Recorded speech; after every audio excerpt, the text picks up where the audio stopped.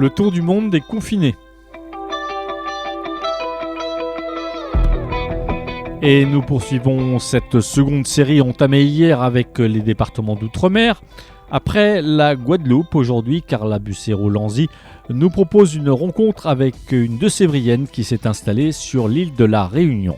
Aujourd'hui, nous rejoignons Johanna à La Réunion. Cette jeune Niortaise y habite depuis près d'1 an. L'île a été très peu touchée par le coronavirus, 431 cas à l'heure actuelle, dont 70% qui ont été importés par des personnes revenant sur l'île. Johanna va nous en dire un peu plus.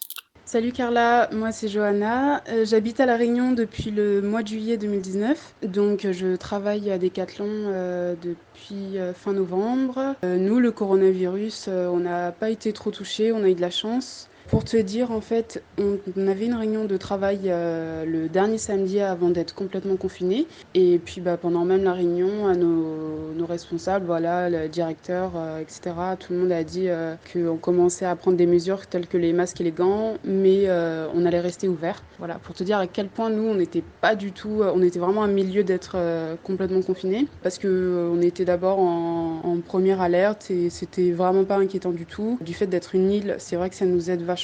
Tant mieux qu'il n'y en ait pas beaucoup parce que justement, du fait que ce soit isolé, si ici on est en zone rouge, ce serait la catastrophe comme à Mayotte. Et donc du coup, nous le samedi, voilà, on nous dit à la réunion de travail, venez toujours lundi, il n'y a pas de problème, on prendra les mesures de sécurité, etc. Le magasin, voilà, tout entier va prendre des mesures. Et le dimanche soir, on a eu l'annonce. C'est là que le magasin a pris la décision de fermer également. Enfin, ils n'ont pas pris la décision, hein. De toute façon, c'était clairement obligé. C'est comme ça qu'on est passé à l'alerte 3.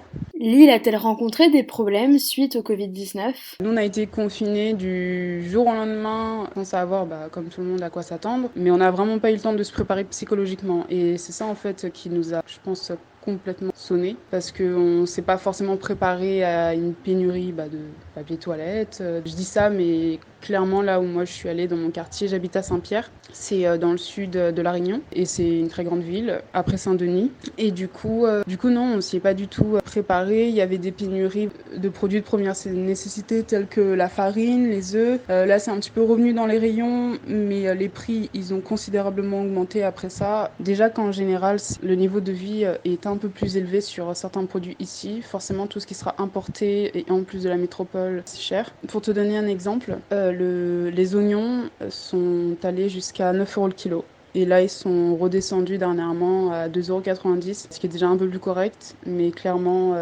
c'était très flippant. Pendant au moins un mois, c'était compliqué de trouver des oignons. Et puis, on a senti que la fin du déconfinement arrivait parce que les prix, petit à petit, ils commençaient à baisser. Que pensez-vous du déconfinement qui arrive ? À La Réunion, de toute façon, on faisait partie des zones vertes. Donc, on savait que ça allait reprendre très rapidement chez nous. Pendant le confinement, moi, je sortais que pour faire mes courses.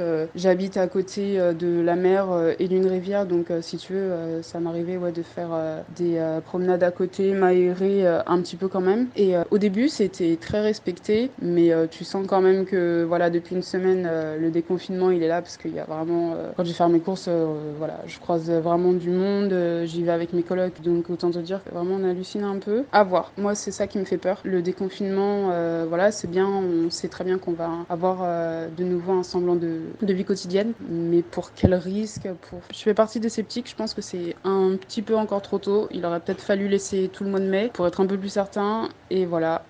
Le travail, moi je le reprends pareil, toujours avec les mêmes règles de sécurité. Je sais aussi que pareil au niveau de l'entrée, ce sera limité aussi. Donc j'ai hâte de reprendre un petit bout de vie quotidienne comme je t'ai dit, mais j'ai très peur de comment ça va être au niveau des cas. Nous on est à 358 cas juste depuis le premier cas annoncé au 11 mars.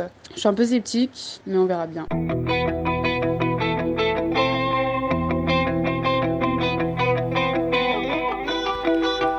C'était le tour du monde des confinés avec Johanna, cette jeune Niortaise installée sur l'île de la Réunion.